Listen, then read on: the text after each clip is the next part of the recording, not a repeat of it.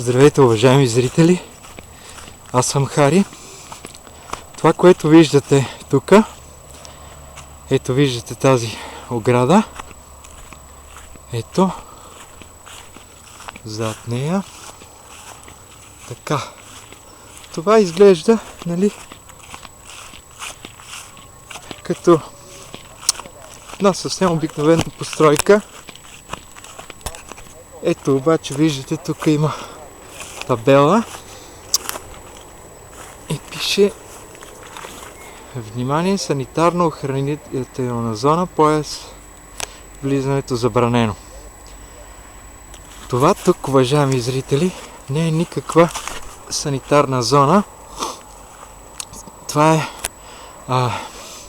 център на военните, които с извънземните правят експерименти върху хора.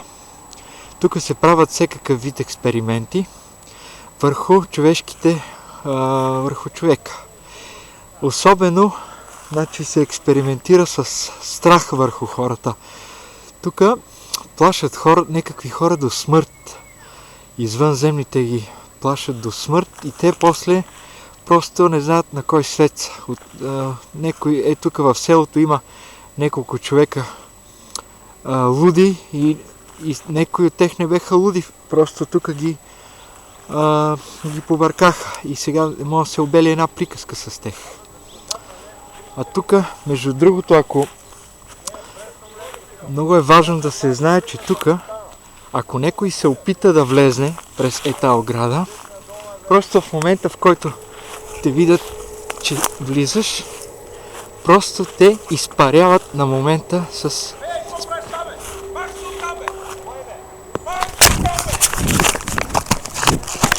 Ето, уважаеми зрители, видяхте, опитах се да ме елиминират, но аз няма да се откажа от тази мисия.